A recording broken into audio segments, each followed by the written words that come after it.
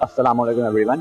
آج کی ویڈیو میں ہم آپ لوگوں کو بتائیں گے جو ہمارے پاس ہال مارکس اور سائنٹیفک ریسرچ ہیں، جس کو ہم کہتے ہیں پیرامیٹر آف سائنٹیفک ریسرچ، ان کے جو ایسپیکٹس ہیں یا ان کی جو ریلیشنز ہیں ہمیں قرآن پاک میں جو اللہ تعالیٰ نے ہمارے اوپر 1400 سال پہلے قرآن پاک نازل کیا اس کے اندر ہمیں ملتے ہیں، جیسے کہ ورڈیگر ہو گیا، پرپسفلنس ہو گیا، پارسیمن ایکسیٹرا۔ سب سے پہلے جو ہمارے پاس پیرامیٹر آتا ہے وہ ہمارے پاس ہے پرپسفلنس۔ پرپسفلنس ہوتا ہے کیا؟ Every test conducted by an auditor has a definite purpose اور ایم۔ جیسے کہ جو بھی کام زندگی میں ہوتا ہے یا کوئی آڈیٹر اگر کوئی ٹیسٹ پرفارم کرتا ہے اس کے پیچھے کوئی ڈیفینیٹ ایم ہوتا ہے، کوئی پرپز ہوتا ہے، بغیر وجہ کے کوئی کام یا کوئی بات نہیں کی جاتی۔ اس سے ریلیٹڈ ہمارے پاس جو قرآن پاک کی آیت ہے وہ ہمارے پاس ہے سورہ البقرہ کی آیت نمبر 2۔ بسم اللہ الرحمن الرحیم ذالک الکتاب لا ریب فیہ ھدی للمتقین۔ This is the book, there is no doubt about it, a guide for those mindful of Allah. یہ وہ کتاب ہے جس میں کوئی شک نہیں اور اس میں ہدایت ہے پرہیزگاروں کے لیے۔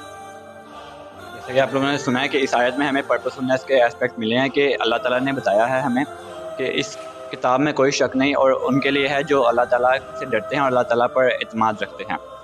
اس کے علاوہ ہمارے پاس ایک اور آیت ہے سورہ البقرہ کی آیت نمبر 155۔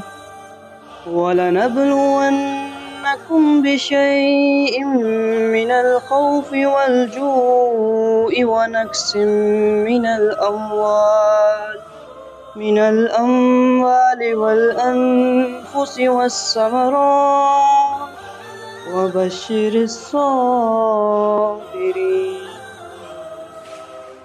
اور ہم تمہیں ضرور آزمائیں گے ڈر سے، خوف سے، بھوک سے، مالوں کے، جانوں کے اور پھلوں کے نقصان سے، اور خوشخبری سنا دو ان کو جو صبر کرنے والے ہیں۔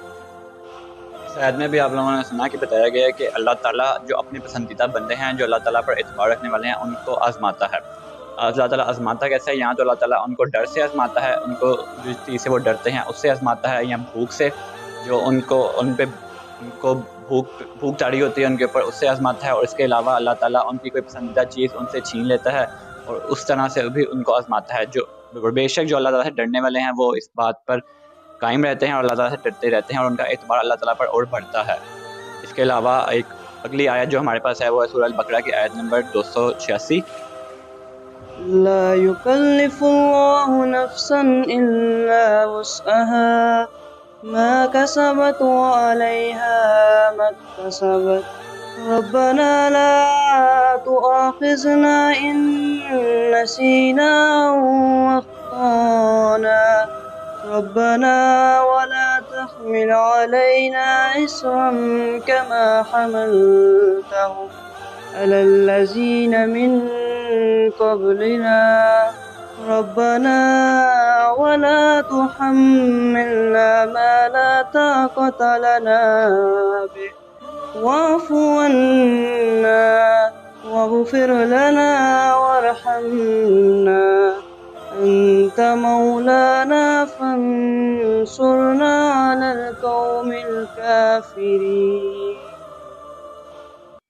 اللہ تعالیٰ کسی بھی جان پر اس کی مغفرت سے زیادہ بوجھ نہیں ڈالتا، تو جس نے نیکی کی اس کا فائدہ ہوا اور جس نے برائی کی اس کا نقصان اسی کو ہے۔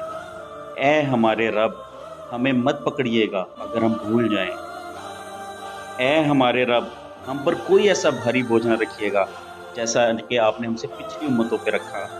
اے ہمارے رب، ہم پر وہ بوجھ نہ ڈال جس کو سہنے کی ہم میں طاقت نہ ہو، اور اے ہمارے رب ہمیں معاف فرما، ہمیں بخش دے، ہم پر مہربانی کر، تو ہی ہمارا مولا ہے اور کافروں کے بدلے ہماری مدد کر۔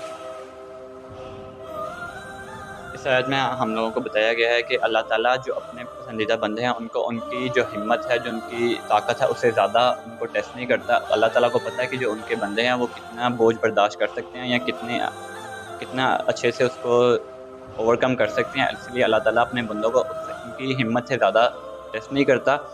آل good will be for its own benefit. جو انسان اپنے لیے کرتا ہے، جو اپنے کرم کرتا ہے، وہ اللہ تعالیٰ کے لیے ہی ہوتے ہیں، اور اس کے علاوہ جو گناہ کرتا ہے یا جو بھی غلط کام کرتا ہے وہ صرف اسی کا نقصان ہے، اس میں اور کسی اور کا نقصان نہیں۔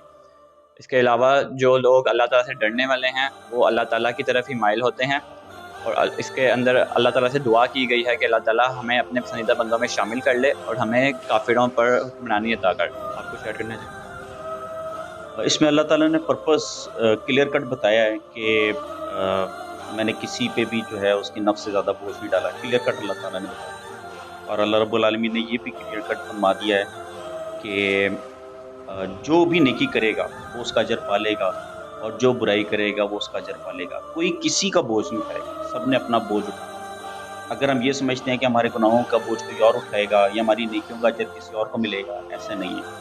تو ٹو دا پوائنٹ بات ہے اور اس میں ڈیفینٹ پرپز ہے۔ اس کے بعد ہمارے پاس جو سیکنڈ ہمارے پاس ہال مارک اور سائنٹیفک ریسرچ ہے وہ آ جاتا ہے ریگر۔ ریگر بیسیکلی کیا ہوتا ہے؟ ریگر کا مطلب ہے کہ آپ کوئی کام پرفارم کرتے ہیں تو اس کو بار بار پرفارم کیا جائے تاکہ اس کی جو اوتھینٹسٹی ہے اس کو ٹیسٹ کیا جا سکے اور آپ اس کے بارے میں جان سکیں۔ ریگر کا مطلب یہ بھی ہے کہ آپ کسی بھی پرابلم کو یا کسی بھی میٹر کو یا کسی بھی ہائپوتھیسس کو اگر ملٹیپل طریقوں سے ٹیسٹ کرو تو آپ سیم فائنڈنگ تک پہنچ سکتے ہو۔ جیسے کہ ایک ڈاکٹر ہے، اس نے اگر کسی پیشنٹ کا دیکھنا ہے کہ وہ ہارٹ کا پیشنٹ ہے کہ نہیں ہے، تو وہ اس کا بلڈ پریشر بھی چیک کرے گا، وہ اس کی ECG بھی چیک کرے گا، وہ اس کی ایکو کارڈیوگرافی بھی کرے گا، وہ اس کی پلس بھی چیک کرے گا، وہ اسٹیتھوسکوپ سے اس کی ہارٹ بیٹ بھی سنے گا، اور ملٹیپل ٹیسٹ اپلائی کرنے کے بعد پھر وہ اس رزلٹ پہ پہنچے گا آیا وہ ہارٹ پیشنٹ ہے کہ نہیں۔ تو ریگر کا مطلب یہ ہے کہ جو سائنٹیفک لوگ ہیں یا جو آڈیٹر ہے، جب وہ آڈٹ کرتا ہے یا کوئی سائنٹسٹ جب کوئی سائنٹیفکلی اسٹڈی کرتے ہیں تو وہ اس ہائپوتھیسس کو ملٹیپل طریقوں سے ٹیسٹ کرتے ہیں اور پھر جا کے وہ کسی ڈیسیجن پر پہنچتے ہیں۔